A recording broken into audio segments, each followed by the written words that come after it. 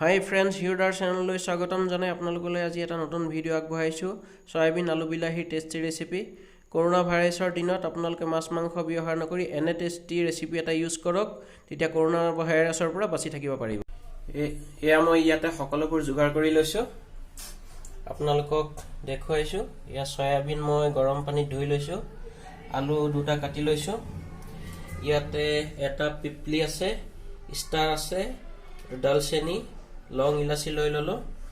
এয়া আদা নহৰু কেঁচা জ্বলাৰ পেষ্ট, এয়া বিলাহী পেষ্ট বনাই ললো, এয়া পিঁয়াজৰ মই পেষ্ট বনাই লৈছোঁ, আৰু নিমখ, জলকীয়া গুড়া, এয়া জিৰা পাউডাৰ, ধনিয়া পাউডাৰ, গৰম মছলা, এয়া হালধি পাউডাৰ আৰু জিৰা, সকলোখিনি মই যোগাৰ কৰি লৈছোঁ। এয়া মই কেৰাহীত পোনপ্ৰথম তেল দি লৈছোঁ। ইয়াতে মই আলুখিনি ফ্ৰাই কৰি ল'ম। আপোনালোকে আলুখিনি আৰু সয়াবিনখিনি প্ৰথম ফ্ৰাই কৰি ল'ব। ইয়াতে মই অকণমান হালধি দি দিম, তেতিয়া আলুখিনি অলপ ৰংটো দেখিবলৈ ধুনীয়া হ'ব, আলুখিনি বগা বগা পৰি নাথাকে। এয়া মই আলুখিনি ধুনীয়াকৈ ফ্ৰাই কৰি ল'লোঁ। ইয়াৰ পিছতে মই সয়াবিনখিনি ফ্ৰাই কৰি লৈছোঁ। সয়াবিনখিনিতো মই আৰু অলপ হালধি দি দিম। এতিয়া কৰোনা ভাইৰাছৰ সময় আহি আছে, গতিকে আপোনালোকে চিকেন মটন একো বিচাৰি নাপায়। চিকেন মটন হয়তো খাব মন যাব পাৰে, গতিকে চিকেন মটনৰ সমান টেষ্টি কৰি বেলেগ বস্তু আপোনালোকে বনাই খাওক। এতিয়া মই আজি এইটো সয়াবিনৰ যিটো ৰেচিপি দিছোঁ, আপোনালোকে চিকেন মটনতকৈ বেছি টেষ্টি পাব, খালি ভিডিঅ'টো লাষ্টলৈকে চাব। এয়া মই সয়াবিনখিনি ফ্ৰাই কৰি লৈছোঁ, ভালদৰে ফ্ৰাই কৰি ল'ব, ৰঙচুৱা পৰালৈকে ফ্ৰাই কৰিব। এয়া মোৰ সয়াবিনখিনি ধুনীয়াকৈ ফ্ৰাই কৰা হৈ গৈছে। সয়াবিনখিনি মই কাঢ়ি ল'লোঁ। ইয়াৰ পিছতে মই কেৰাহীত আকৌ তেল দি এতিয়া মই পিঁয়াজৰ গ্ৰেভিখিনি দিম। মই পিঁয়াজৰ গ্ৰেভিখিনি দি দিছোঁ।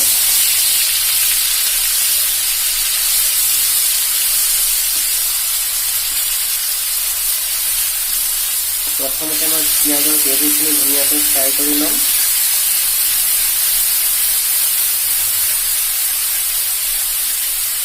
জুইটো ল' ফ্লেমত দিব আপোনালোকে।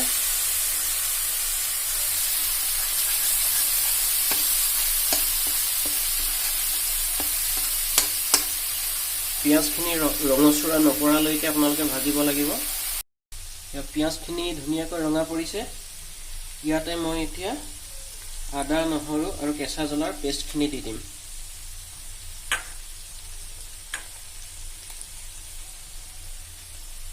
এইখিনি আপোনালোকে ভালদৰে লৰাই দিব। আপোনালোকে এনেকৈ পেষ্টখিনি যেতিয়া তেলত ভাজিব, তেলখিনি শুকাই যাব, কিন্তু তেল কম হৈছে বুলি আৰু নিদিব, কাৰণ তেলখিনি পেষ্টখিনিয়ে শুহি লয়। আপোনালোকে ল' ফ্লেমত যেতিয়া ফ্ৰাই কৰি থাকিব, তলত লাগি নধৰে, কাৰণ মই আলু ফ্ৰাই কৰোঁতেও বহুত তেল দিছোঁ, সয়াবিনতো বহুত তেল দিছোঁ, বেছি তেল খোৱাটো ভাল নহয়।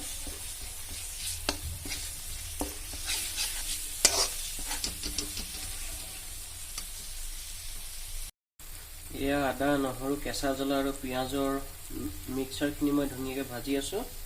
ইয়াত এতিয়া আধা ভজা হওঁতেই মই গোটা মছলাখিনি দি দিম।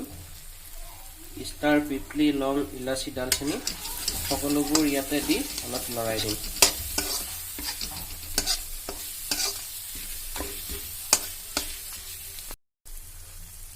এয়া মোৰ সম্পূৰ্ণ ভজা হৈ গৈছে মিশ্ৰণখিনি। ইয়াতে মই এতিয়া অলপ হালধি দি দিম, চব্জি জোখাৰে 1 চামুচ হালধি দি দিলোঁ।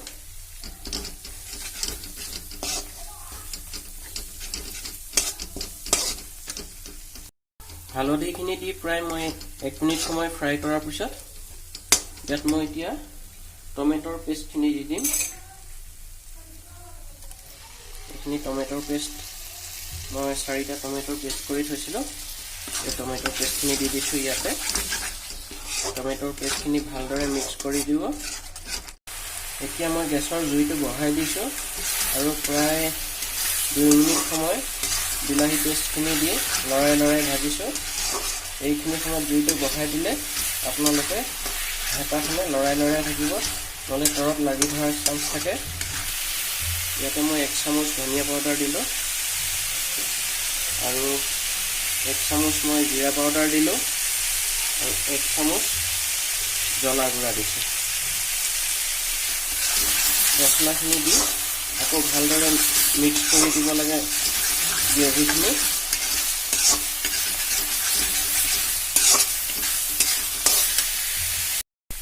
মই জুইটো বঢ়াই দি প্ৰায় 3 মিনিট সময় আকৌ গ্ৰেভিখিনি লৰাই লৰাই ভাজি দিলোঁ। এতিয়া মোৰ গ্ৰেভিখিনি প্ৰায় ৰেডি হৈ গ'ল।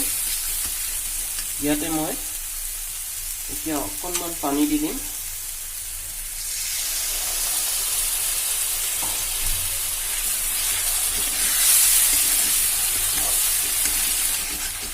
গ্ৰেভিখিনি অলপ পনীয়া হৈছে।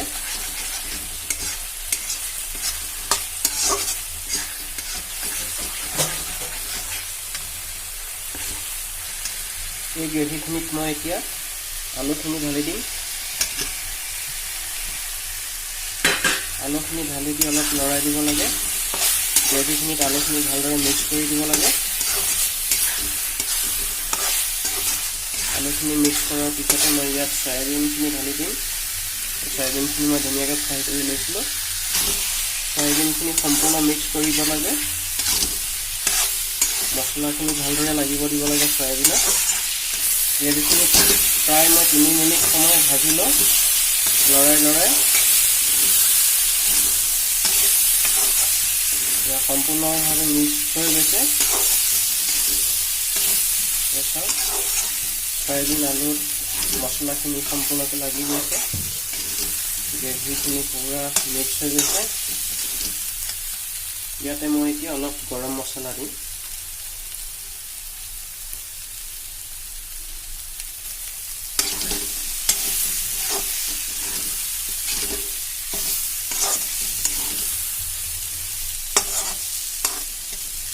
এতিয়া আপোনালোকে গ্ৰেভিটো যিমান বনাব তাৰ জোখত নিমখ দি দিব। মই এয়া গ্ৰেভিৰ জোখেৰে নিমখ দি দিছোঁ। নিমখখিনি দি আকৌ মিক্স কৰি ল'ব।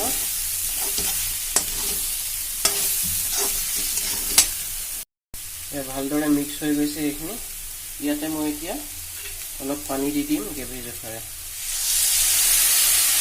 আপোনালোকে গৰম পানীও দিব পাৰে, ঠাণ্ডা পানীও দিব পাৰে। মই গৰম পানী দিছোঁ।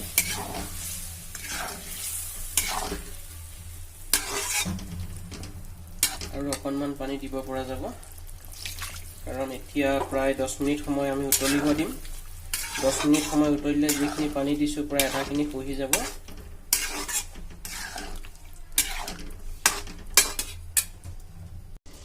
এয়া প্ৰায় 10 মিনিট সময় মই গাপ দি বইল কৰাৰ পিছত